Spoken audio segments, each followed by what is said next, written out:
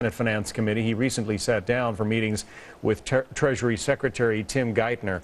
First of all, the president's plans, or the Democratic plans as laid out by Senator Christopher Dodd, what are the primary problems that Republicans have with them?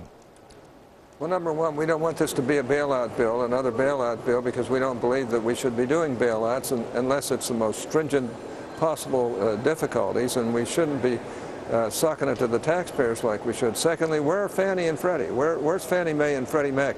They're not part of this. Thirdly, they want a consumer protection group in here that would be in the Federal Reserve, another layer of bureaucracy.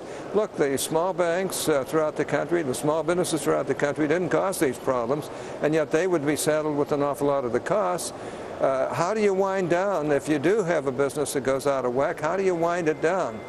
This bill turns it over to the FDIC, which is not as capable of winding it down as our bankruptcy courts are. There are a number of things. I don't know of a Republican who doesn't want to have a good financial regulatory reform bill. We all want that. I think the fact that they're moving towards getting that $50 billion out is a positive, but the president really hasn't wanted that. I know Secretary Geithner hasn't wanted that, and that's just been put in there by Democrats. You know, I just hope they're not doing what they did in the health care bill. That is, consult with us and then reject every basic suggestion that we made, some of which would have made that health care bill so much better than it was. So these are some of the concerns we have. Well, plus, you know, we know that it's going to cost an arm and a leg, too. And there is still a significant amount of finger-pointing coming from the White House. Take another listen to more of what the president had to say last night, and then I want to get your reaction on the other side. Okay. And yet, after driving our economy into the ditch, they decided to stand on the side of the road and watch us while we pulled it out of the ditch. They asked, why haven't you pulled it out fast enough? I noticed there's like a little scratch there in the fender. Why didn't you do something about that? Now, admittedly, he is speaking to a Democrat audience there. It was a fundraiser for Senator Barbara Boxer, but I don't know. You're a senator, a Republican senator. Tell me, how does that kind of talk help move the process along? Well, it was a political talk. We all make allowances for that. And, of course, it was for Barbara Boxer, one of the most liberal senators in the history of the Senate. So, you know, you expect that type of stuff from time to time. I don't get hurt by that. But the problem is they really don't work with us. They really don't try.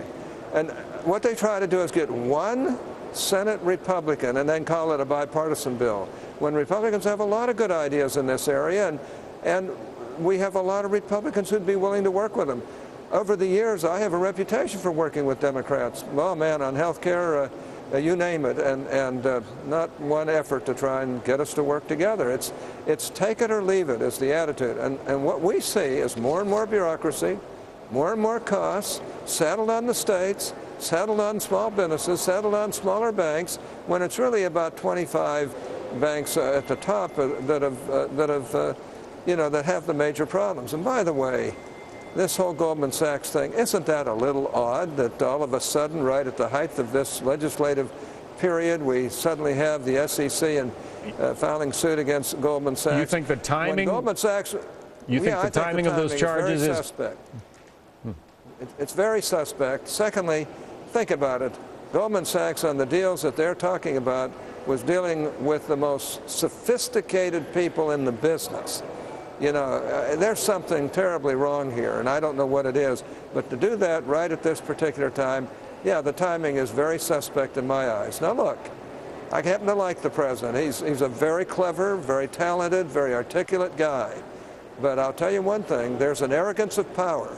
They have 59 Democrat senators, an overwhelming majority in the House. And look, when he blames us for the economy that he, quote, inherited, give me a break. Over the last 34 years I've been in the Senate, there have been very few times when you could say the fiscal conservatives were in the majority, and they certainly were not in the majority during the Bush years. In other words, the same liberal, big spending crowd has always had the sway. And for him to blame Republicans for that, I think it's just total well, let's put it gently, BS. Senator Orrin Hatch of Utah, Republican and a member of the Finance Committee.